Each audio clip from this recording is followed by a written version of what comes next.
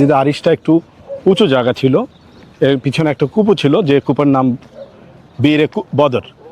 আর এই হলো সেই বিখ্যাত বদর প্রান্তর, যেখানে বদরের যুদ্ধ হয়েছিল, ইসলামের প্রথম যুদ্ধ। সেটাও একটা রোজার দিন ছিল সেই জায়গাটা, এই বদর প্রান্তরে।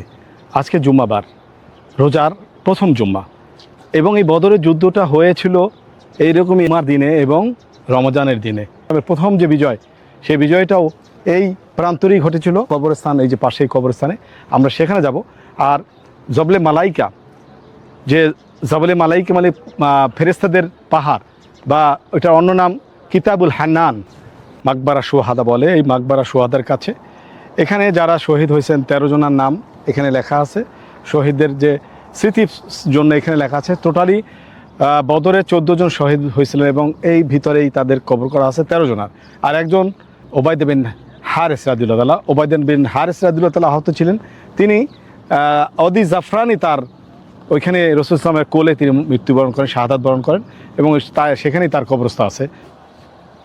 বদরের যুদ্ধের আগে রাত্রে রাসূল সাল্লাল্লাহু আলাইহি ওয়াসাল্লামের জন্য এই জায়গাটা একটি ছোট একটা ক্যাম্প করা হয়।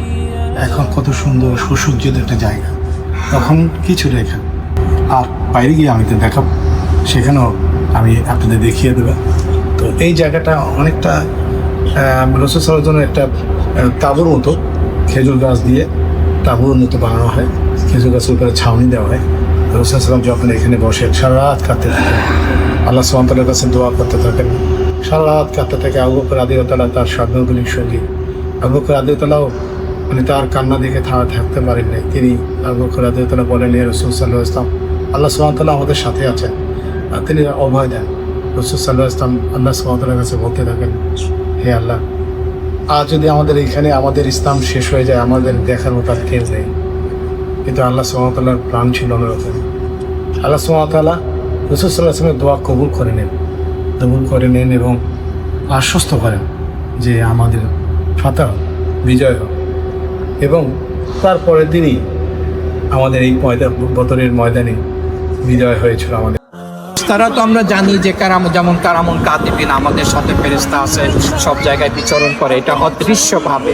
আর তখন এই জাবলে মালাইকাতে ফেরেশতা সমূহ অবতরণ করেছিলেন দৃশ্যমান, সশরীরে একটা মানুষের আকৃতি ধারণ করে হাজার হাজার ফেরেশতা অবতরণ করেছিলেন। তারপরে এখান থেকেই বদলে সেটা ঠিক পিছনে। তবে এটা কিন্তু যে রাসূল সাল্লাল্লাহু আলাইহি ওয়াসাল্লাম যখন যেখানে এই সাহাবীরা যারা ছিলেন, তারা দেখছেন যে তাদের কোনো অস্ত্র নাই, কিছু নাই, খেজুরের ডাল দিয়ে, খেজুরের পাতা দিয়ে তা দিয়ে আঘাত করে, সেটি 2 ভাগ।